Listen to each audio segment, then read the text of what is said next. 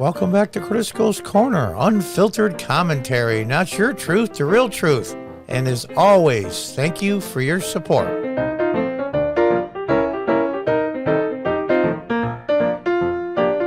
Hi folks, welcome back. Just going to show you a few short clips here to actually give you an idea of the people that are leading our nation really think and do. I mean, they're absolutely clueless. Outright lies. Now, I can't tell if Jen Psaki or any in the administration is a sociopath and they actually believe what they're saying even though it's not true. Or they know it's a lie and they pretend. I can't tell anymore. I really can't tell. Let's do a couple of short clips and we'll put a little commentary in there just to show you how ridiculous this really is. The reason why the price of gas is going up is not because of steps the president has taken. They are because President Putin is invading Ukraine, and that is creating a great deal of instability in the global market. It's because of the invasion in Ukraine? Really? All the gas prices I knew, the vast majority so far have been prior to Russia invading Ukraine. It's a lie, and I knew they would do this. They're going to blame Ukraine for all of their woes. It's always somebody else's fault. As with most progressives, they act like children. You don't take responsibility for your own actions. We had the right policies. Just because it didn't work out wasn't because it was our fault. It was because of extenuating circumstances and things we have no control over. These people have no shame. None. Would the president then welcome Iranian oil coming into the United States in order to increase that supply? Again, there's not a deal at this point in time. While we're close, we're not there. So if and when we get to that point, we can speak to that. Now, they're getting close to an Iran deal. They're going to put it back in play. Now, here's the amazing part. If the Obama-Biden Iran deal was such a great deal and Trump got rid of it, why don't they just put the old deal in? Of course, we're going to be buying oil from them to keep our prices down so it doesn't kill them in the midterms. This whole thing is so screwed up, I can't even tell you. And you know what? I pray to God that they don't fool enough people with this nonsense, but they might. Questions. The reduction of supply, the reduction of oil would raise prices, right? The reduction of supply, the reduction of oil would raise prices, right? Really? Thanks, Jen. What do you got? 300 grand worth of student debt from the colleges you went to for your superior education and intellect? When there's less of something, the price goes up. Wow. I'm glad you stood on your podium and acted condescending. Don't you guys call that mansplaining? Another reason why the American people are grateful, the majority of the American people, that President Biden has not taken a page out of his predecessor's playbook as it relates to global engagement and global leadership, because certainly we could be in a different place. Wow. How can she stand there and say that? You can hate Trump's guts, and that's your prerogative. But to stand there and say that? I'm going to get in a little bit more in detail on this little clip at the end of the video here. Allies and partners. We are looking, again, as we speak, in coordination with allies and partners, at this prospect of banning oil imports. So it's interesting you added the in coordination. We will not do this unilaterally. The United States is not going to do this unilaterally. A hallmark of everything we've done to date has been this coordination with allies and partners. We are much more effective across the board. Now, let me see if I get this right.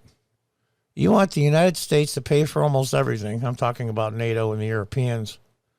You want the United States to take over all the payments, do all the legwork, tax the American people so we can have our social programs. And so when things start to go sideways, i.e. Ukraine, the United States wants to step in, the Europeans go, whoa, wait a minute. We have to work in coordination. What? Oh, I see how it works.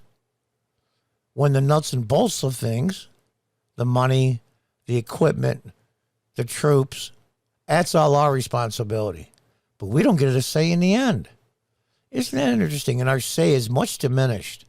Well, how many ways do you want it? And they want it both ways, of course. And idiots like this, and I hate to call a guy an idiot, but he is. I'm sorry. Milk toast. When we're doing things together in as close a coordination as possible. There are instances where we each do something a little bit different, but it complements the whole. So in the first instance, we want to make sure that we're acting in coordination. I'm not going to rule out taking action one way or another, irrespective of what they do, but everything we've done, the approach starts with coordinating with allies and partners. Coordinating with your allies and partners is one thing. You want us to be in charge? Then be in charge. We tell them this is what we're going to do. We're not asking permission. You might be asking for, any of you guys have any huge problems with any of it? Well, this is what we're going to do. So coordinate your things around us? Nope, can't have that. So we get all the downside of being in charge, i.e. the blame, the cost, the logistics, and the foreign policy nightmare, but you guys have none of the other. And that's the way they've treated the United States for decades, especially at the end of World War II and to current date. And Trump said, that's enough. That's enough. Pay your own fair share. The United States is not the world's police anymore. George, you got to do two things at the same time, and you should be able to. You have to ban Russian oil, and you have to increase domestic production. And that is where Joe Biden's going to have the problem, because he's held captive by the environmental left. That what John Kerry, his guy, said last week. No, look at her. She's outraged. That's not true. And then Sarantopoulos says something really stupid, like the UN thinks climate change is an existential threat and is getting worse and worse and worse. The climate's always changing, you idiots. Remember the undercover video from Project Veritas with some of the CNN producers? They all said the same thing. What are you going to do now that COVID is starting to wane, and what's going to be your next hook? And he said climate change. That's fear. That's fear, especially for younger people. Oh my God, the place. Meanwhile, President Obama buys a multi-million-dollar mansion on the shore of Massachusetts, literally on zero sea level. And Nancy Pelosi just bought a multi-million-dollar house in Florida. You guess where? Right on the beach at sea level. I wonder what that's all about. They don't seem to be too worried about it. These people suck so bad. When are you going to learn? Yes, there is climate change, and yes, there's some things we can do to bring down the emissions. But without China and India involved in it, the rest of it's pointless. All it's going to do is what it usually does, screw Americans. That the real tragedy of Ukraine is it's slowing our efforts on climate change. That will summarize what the far left's view is about domestic oil production. Climate change, we just saw the UN report this week. This problem is an existential crisis, and it's getting worse. I don't think any of us are naive. Tragedy is in Ukraine? I don't think any While people are being what is the slaughtered, definition of that's what tragedy? Kerry is talking about? Jonathan, to the point about Secretary Buttigieg, I mean, he said this week something to the effect of, we can't be chasing permanent solutions to these short-term problems. And permanent solutions to short-term problems? My God, why would we want to do that? We always have to have a crisis in some shape, way, or form. That way, we can blame the other side. And we can say, we're trying to fix it, but they're stopping us. They're being mean. They don't care about you, but we do. Are the American people going to fall for it again? And this is going to get a lot worse as the midterms get closer. This is only March. Remember, the midterms are in November, and with early voting, you're probably looking at mid-October. So we're looking at 7 months, and it's going to be a hell of a ride. so for a lot of people, that sparks the question, well, why don't we want a permanent solution so the world find itself in this position again? Well, this has happened on multiple fronts where the climate agenda runs into another agenda. In this instance, it's the national security agenda. I'm old enough to remember a year ago, I went to Kyiv. I interviewed President Zelensky. I interviewed him again in the spring. He was pleading with the United States and the Germans to shut down the Nord Stream 2 pipeline. Yes, they were pleading. And Trump said, don't do it. You want natural gas? We'll sell you all you want, and probably at a better price. They bring down the temperature, they liquefy it, they put it on giant tankers, and they send it across the ocean. They've been doing it for years. It's very easy. We'll sell you all the gas you want, and we won't pull the rug out from under you. But now, when him invading Ukraine, after the pipeline is done, he can cut off Europe, or at least Eastern Europe, from 40% of their natural gas. Now, winter's winding down, but you're still going to have some. Absolutely amazing to me.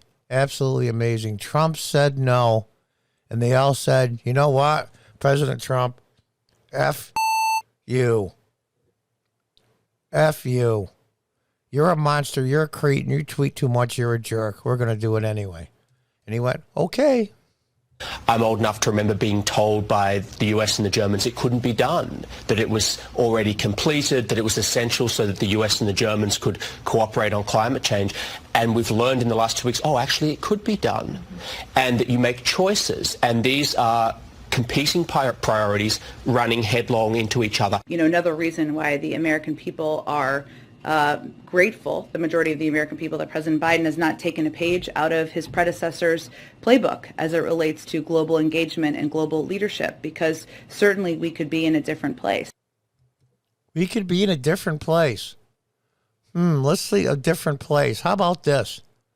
How about $80-odd billion worth of equipment and software and weapons, planes, helicopters, the works left for the Taliban in Afghanistan?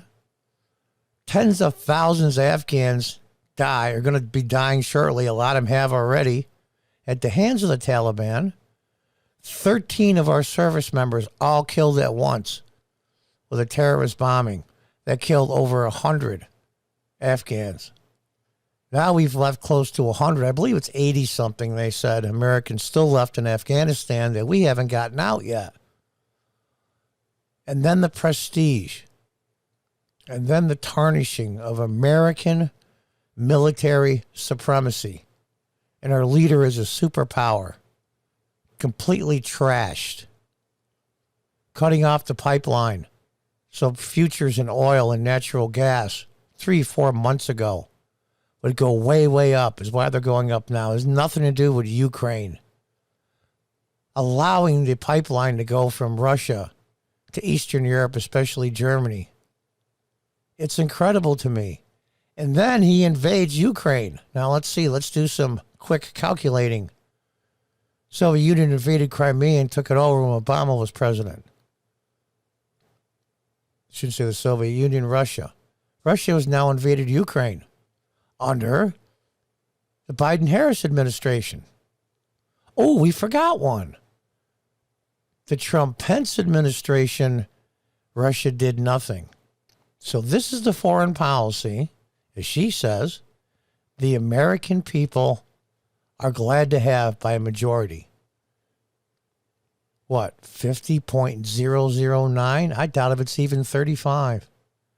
Do they believe this? Look at her. Is she a sociopath? I don't know. I'm not a doctor. But this Biden voters, this is what you voted for, and God only knows where it's going to go. Yeah, the American people are glad the previous administration's foreign policy isn't on the table anymore. Who the hell wants peace? Who the hell wants peace with strength? No need that. We need conflict and turmoil so we can screw you over with gas, climate change nonsense, and everything else. We got what we wanted. We wanted turmoil, and we get to blame somebody else. All is good in the Democrat Party. Until next time, goodbye and good luck.